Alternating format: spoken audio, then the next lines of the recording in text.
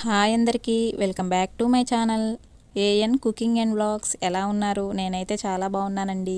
ఈరోజు కర్రీ వచ్చేసి బంగాళదుంప, వంకాయ, గుడ్డు మసాలా కర్రీ. ఈ మూడిటితో ఒకసారి కర్రీ ట్రై చేయండి, టేస్ట్ చాలా బాగుంటుంది. వీటి కోసం ముందుగా గుడ్లను ఉడికించి పక్కన పెట్టుకోవాలి.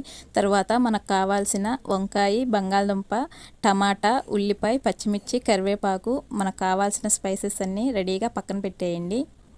ఈ విధంగా కావాల్సినవన్నీ ముక్కలు కోసుకొని పక్కన పెట్టుకోవాలి. తర్వాత స్టవ్ ఆన్ చేసి బాండీ పెట్టుకొని మనకు కావాల్సినంత ఆయిల్ వేసుకొని, ఆయిల్ హీట్ అయిన తర్వాత మనం ఉడికించుకున్న గుడ్లను వేసుకొని గోల్డ్ కలర్లో వచ్చేలాగా ఫ్రై చేసుకోవాలి. ఇలా ఫ్రై చేసుకొని వేసుకుంటే ఎగ్స్ టేస్ట్ చాలా బాగుంటాయి.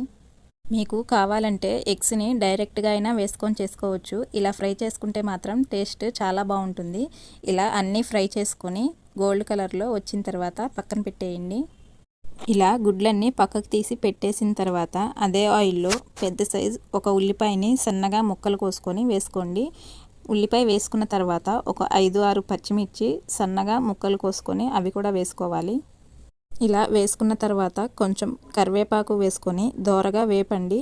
ఉల్లిపాయ కొంచెం వేగిన తర్వాత ఒక 2 స్పూన్లు అల్లం వెల్లుల్లి పేస్ట్ వేసి పచ్చివాసన పోయేదాకా అది కూడా బాగా ఫ్రై చేయండి.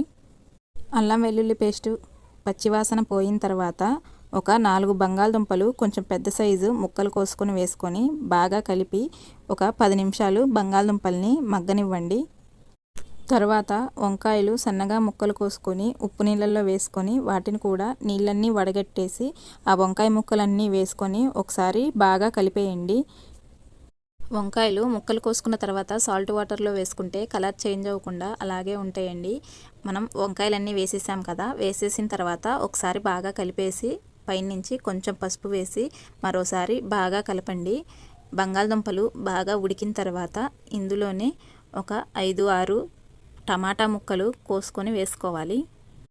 నేను టమాటాలని పొడుగ్గా కోసుకొని వేసుకున్నానండి. మీరు కావాలంటే సన్న ముక్కలుగా కోసైనా వేసుకోవచ్చు. అప్పుడు ఇంకా కర్రీ త్వరగా అయిపోతుంది.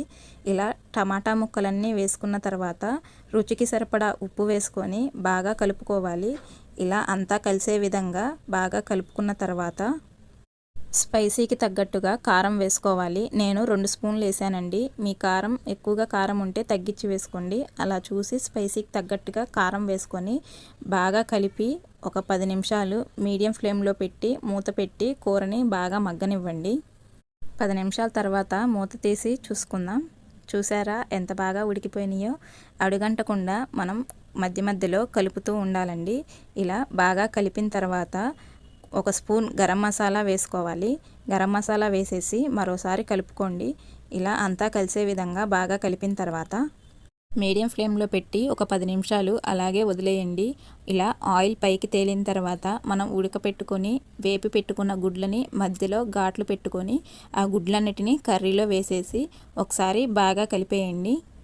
ఈ విధంగా గుడ్లని ఘాట్లు పెట్టుకొని వేసుకుంటే మనం చేసే కర్రీ గ్రేవీ అంతా గుడ్డు లోపలికి వెళ్ళి ఉప్పు కారాలు బాగా పట్టి టేస్ట్ చాలా బాగుంటుందండి. ఇలా అన్నీ వేసేసుకొని బాగా కలిపిన తర్వాత చిన్న టీ గ్లాస్ వాటర్ వేసుకోండి.